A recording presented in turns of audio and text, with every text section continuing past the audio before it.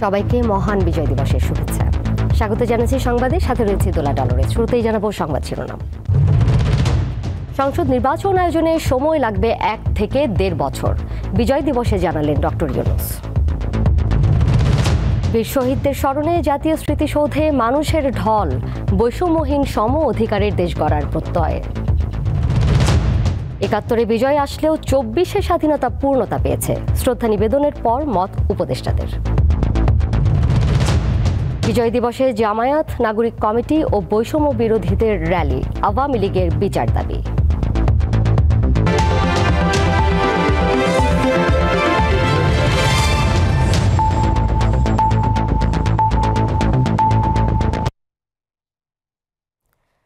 (২০২৫) সালের শেষ অথবা ২০২৬ সালের প্রথম দিকে হতে পারে ত্রয়োদশ জাতীয় সংসদ নির্বাচন।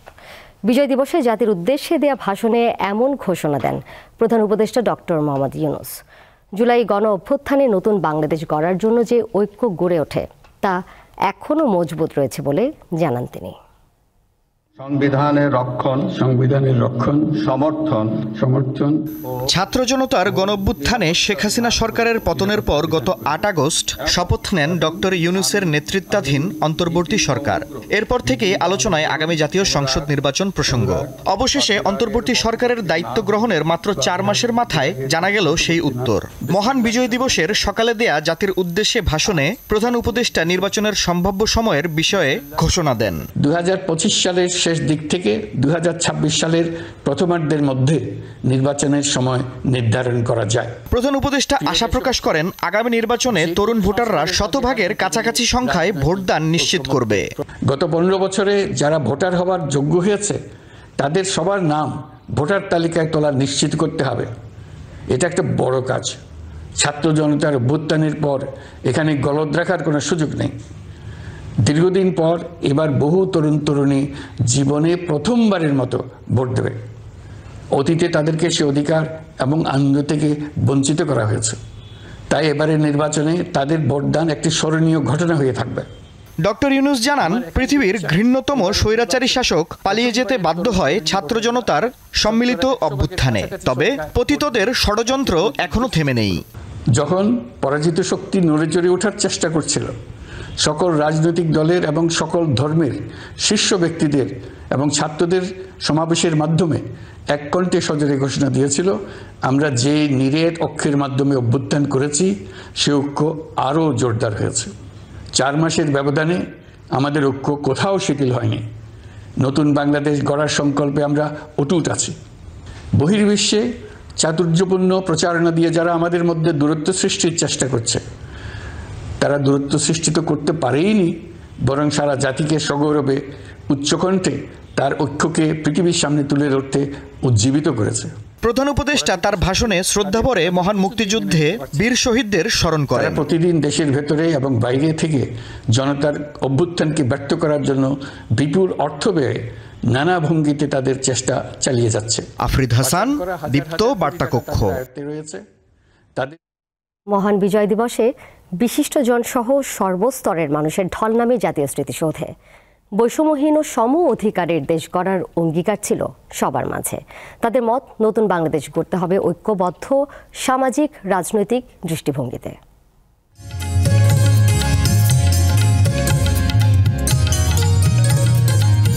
কথা ছিল একটি পতাকা পেলে আমাদের সব দুঃখ জমা দেব যৌথ খামারে। সম্মিলিত বৈজ্ঞানিক চাষাবাদে সমান সুখের ভাগ সকলেই নিয়ে যাব নিজের সংসারে। হেলাল হাফিজের এই পংক্তি ধরে 53 বছরের বাংলাদেশে প্রত্যাশা প্রাপ্তির হিসাবে অনেকটা অপূর্ণতা আছে বইকি।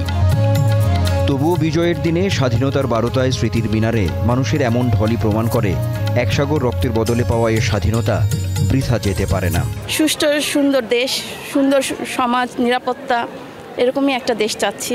দেশের প্রত্যেকটা জনগণ ভালো থাকবে, তাদের মৌলিক অধিকারগুলো সবাই যেন পরিপূর্ণভাবে পায়। রাজনৈতিক দলগুলোর পাশাপাশি সামাজিক সাংস্কৃতিক সংগঠন সহ বিভিন্ন সংস্থা ও প্রতিষ্ঠান শ্রদ্ধা জানায় শহীদদের প্রতি।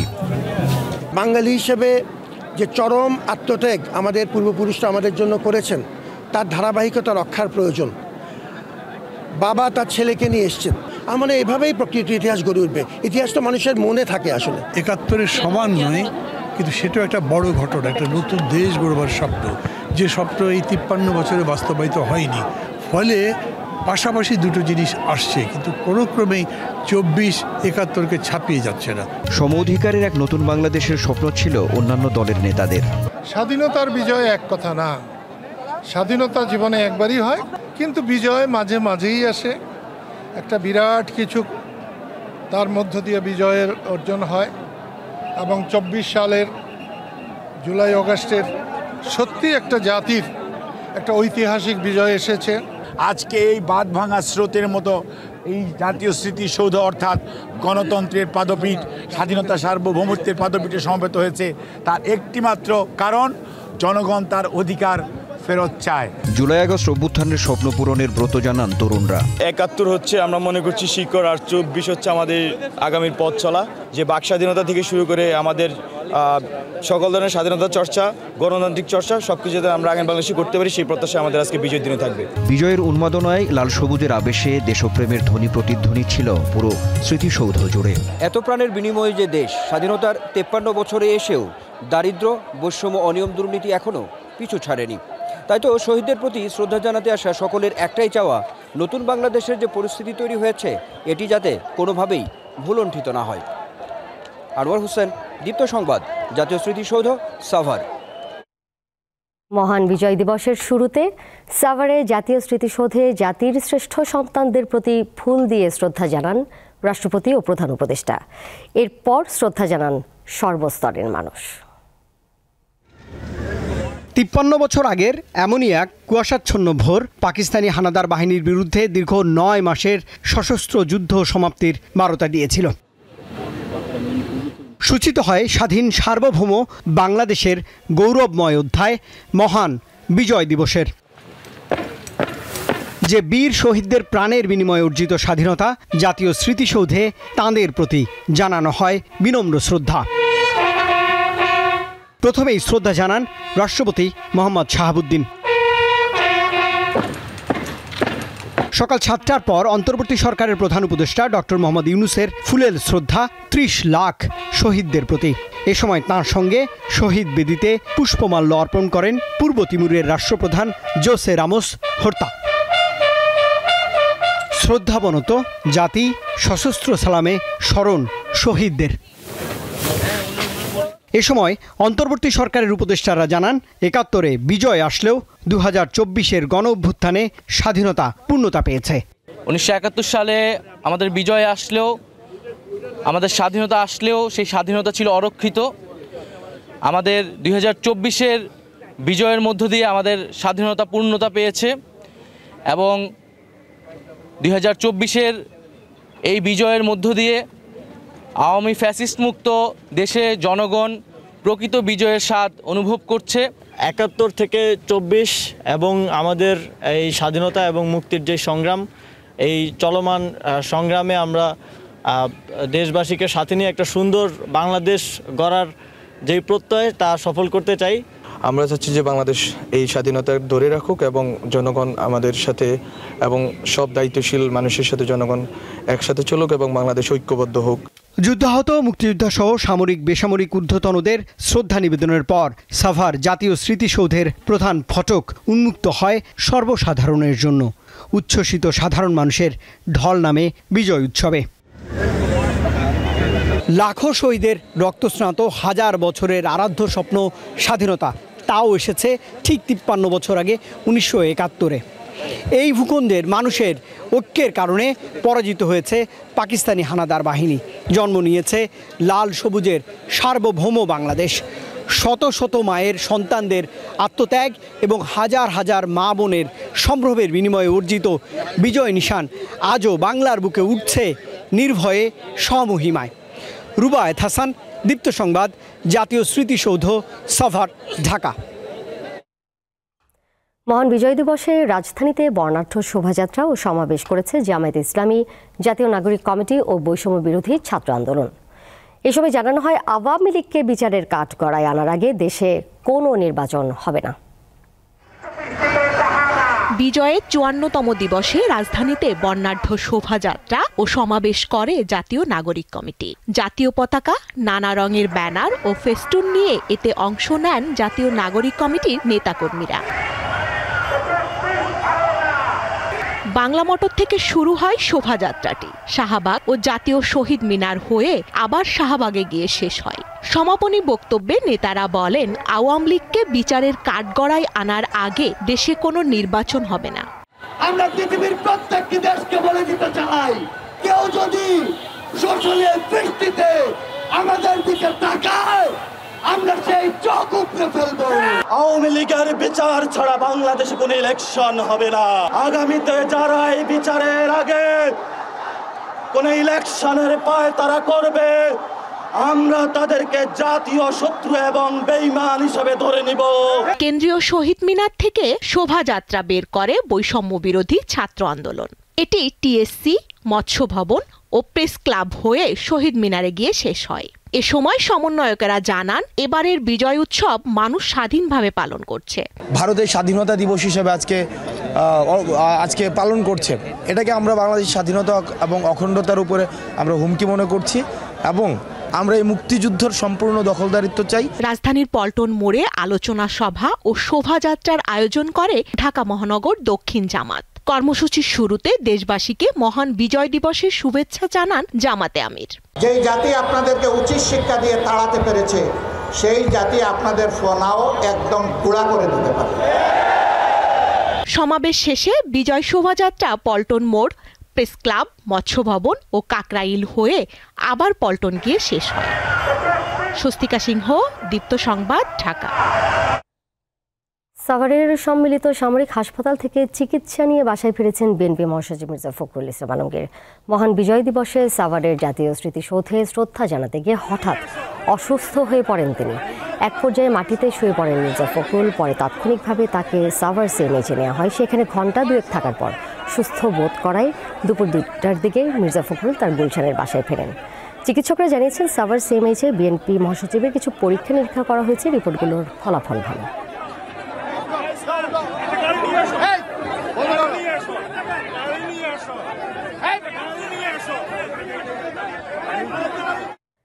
একাত্তরের মহান মুক্তিযুদ্ধের বীর শহীদদের প্রতি শ্রদ্ধা অবনত গোটা জাতি।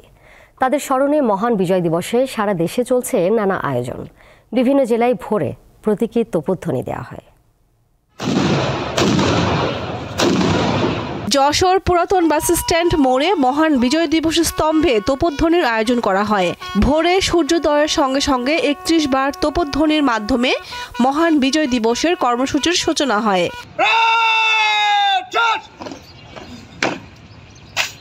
কুমিল্লায় আয়োজিত বিজয় শোভাযাত্রা নগরীর বিভিন্ন সড়ক প্রদক্ষিণ করে। এতে অংশ নিয়ে বিএনপির স্থায়ী কমিটির সদস্য ডক্টর খন্দকার মোশাররফ হোসেন বলেন, দেশের সরকার প্রত্যাশা করে এই সরকার খুব দ্রুত সময়ের মধ্যে নির্বাচন দিবে। মাদারীপুরে পুলিশ লাইন মাঠে 31 বার তোপধ্বনির মাধ্যমে দিবসের সূচনা হয়। পরে মুক্তিযোদ্ধা স্মৃতিসৌধে জেলা প্রশাসনের উদ্যোগে পুষ্পস্তবক অর্পণ করা হয়। খুলনায় বিজয় দিবসের সমাবেশে বিএনপির জাতীয় স্থায়ী কমিটির সদস্য গয়েশ্বর চন্দ্র রায় বলেন, সংস্কার একটি চলমান প্রক্রিয়া। নির্বাচন ছাড়া সংবিধানের সংযোজন বা সংশোধন কোনোটাই সম্ভব নয়। চুয়াডাঙ্গায় বিজয় মেলায় অংশ নিয়ে বৈষম্য বিরোধী ছাত্র আন্দোলনের সমন্বয়ক নুসরাত তাবাসসুম বলেন, ৭১-এ যে যুদ্ধ শুরু হয়েছিল ২৪ তারই ধারাবাহিকতা। ৭১-এ যেটা শুরু হয়েছিল ২৪ সেইটারই একটা সিলসিলা, সেইটারই লিগেসি। ব্রাহ্মণবাড়িয়ার আখাউড়া আগরতলা ইন্টিগ্রেটেড চেকপোস্টে বাংলাদেশ ও ভারতের সেনাবাহিনীর উচ্চ পর্যায়ের কর্মকর্তাদের মধ্যে সৌজন্য সাক্ষাৎ অনুষ্ঠিত হয়। তারা শুভেচ্ছা উপহার বিনিময় করেন। শরীয়তপুরে জেলা প্রশাসনের পক্ষ থেকে বীর মুক্তিযোদ্ধাদের সংবর্ধনা প্রদান করা হয়। অনুষ্ঠানে উপস্থিত ছিলেন ১৯৮ জন মুক্তিযোদ্ধা। জামালপুর জেলা প্রশাসনের আয়োজনে বীর মুক্তিযোদ্ধাদের সংবর্ধনা ও শহীদ পরিবারের মাঝে উপহার প্রদান করা হয়। এদিকে সাতক্ষীরায় নানা কর্মসূচির মধ্য দিয়ে মহান বিজয় দিবস উদযাপিত হয়েছে। কামরুন নাহার, দীপ্ত, বার্তা কক্ষ। কিশোরগঞ্জের ভৈরবে পিকআপ ভ্যান ও অটোরিকশার সংঘর্ষে নারীসহ ৫ জন নিহত হয়েছে। সোমবার সকালে ঢাকা সিলেট মহাসড়কের ভৈরবের জগন্নাথপুরে ব্রহ্মপুত্র সেতুর ওপর এই দুর্ঘটনা ঘটে। পুলিশ জানায়, ঢাকা থেকে 2টি কাভার্ড ভ্যান ভৈরবে যাওয়ার সময় ব্রহ্মপুত্র সেতুর ওপর দাঁড়িয়ে থাকা একটি অটোরিকশাকে ধাক্কা দেয়। এ সময় অটোরিকশাতে থাকা 3 নারী সহ 4 যাত্রী ও চালক ঘটনাস্থলেই নিহত হন। পুলিশ 2টি কাভার্ড ভ্যানই জব্দ করলেও চালক পালিয়ে যেতে সক্ষম হয়।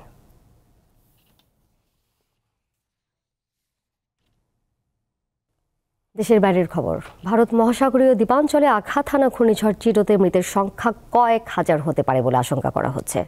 এখন পর্যন্ত 14 জনের মৃত্যু নিশ্চিত করা হয়েছে। আফ্রিকা মহাদেশ সংলগ্ন ভারত মহাসাগরীয় দ্বীপাঞ্চল মায়োতে গত শনিবার ঘন্টায় 225 কিলোমিটার বেগে আঘাত হানে ঘূর্ণিঝড় চিডো, যা গত 90 বছরের মধ্যে সবচেয়ে ভয়াবহ ঘূর্ণিঝড়। ফ্রান্স শাসিত দ্বীপপুঞ্জটির বেশিরভাগ টিনের ছাউনির খড় মাটির সঙ্গে মিশে গেছে। ঘূর্ণিঝড়ের পর জীবিতদের খোঁজে ধ্বংসস্তূপের মধ্যে চিরুনি তল্লাশি চালাচ্ছেন উদ্ধারকারীরা।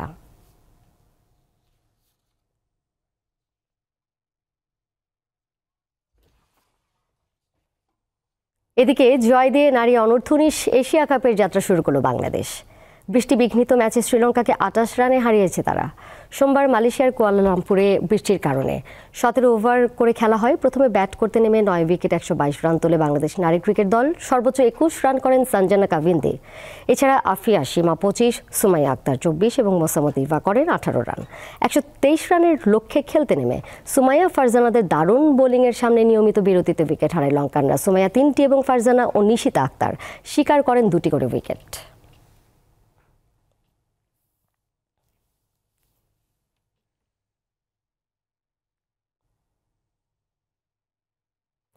মহান বিজয় দিবসে রাজধানীর মানিক মিয়া অ্যাভিনিউতে ওপেন কনসার্টের আয়োজন করে সবার আগে বাংলাদেশ। এতে অংশ নেন দেশের বরেণ্য সঙ্গীত শিল্পী ও ব্যান্ড দল।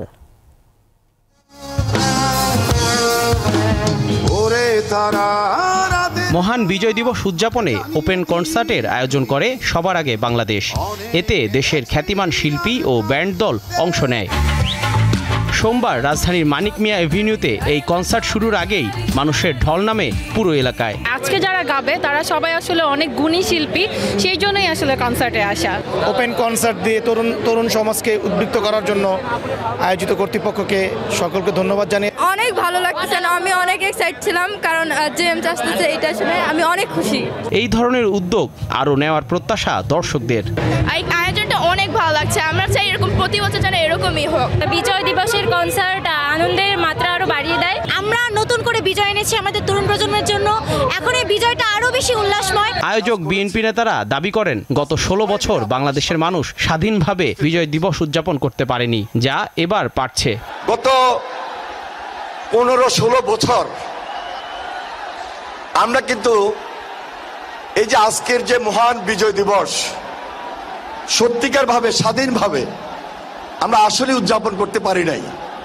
আজকের যে বিজয় দিবস, এই বিজয় দিবসটি আমাদের কাছে অত্যন্ত গুরুত্বপূর্ণ। অনুষ্ঠানের শুরুতে একক গান নিয়ে হাজির হন কনক চাপা, বেবি নাজদিন, মনির খান, কনা, ইমরান, আসিফ আকবর সহ অনেক শিল্পী। কনসার্টের সবচেয়ে বড় আকর্ষণ ছিল নগর বাউল জেমসের পরিবেশনা। সবাইকে সুরের মূর্ছনায় মাতিয়ে এই আয়োজনের সমাপ্তি টানেন তিনি। বিজয় মানে আনন্দ। মহান বিজয় দিবসে রাজধানীবাসীর এই আনন্দ অনেকাংশে বাড়িয়ে দিয়েছে সবার আগে বাংলাদেশ কনসার্ট। এই ধরনের উদ্যোগ সব বয়সীদের উজ্জীবিত করে। তাই প্রতি বছর এই ধরনের কনসার্ট আরও বেশি বেশি আয়োজন করার প্রত্যাশা অনুষ্ঠানে আগতদের। জয়নুল মোহসান, দীপ্ত সংবাদ, ঢাকা। এরই সাথে শেষ করব দীপ্ত সংবাদ। যাবার আগে সংবাদ শিরোনাম জানিয়ে দেব আরও একবার। সংসদ নির্বাচন আয়োজনের সময় লাগবে 1 থেকে 1.5 বছর, বিজয় দিবসে জানালেন ডক্টর ইউনূস। বীর শহীদদের স্মরণে জাতীয় স্মৃতিসৌধে মানুষের ঢল, বৈষম্যহীন সম অধিকারের দেশ গড়ার প্রত্যয়। 71 বিজয় আসলেও 24-এ স্বাধীনতা পূর্ণতা পেয়েছে, শ্রদ্ধা নিবেদনের পর মত উপদেষ্টাদের। বিজয় দিবসে জামায়াত, নাগরিক কমিটি ও বৈষম্য বিরোধীদের র্যালি, আওয়ামী লীগের বিচার দাবি।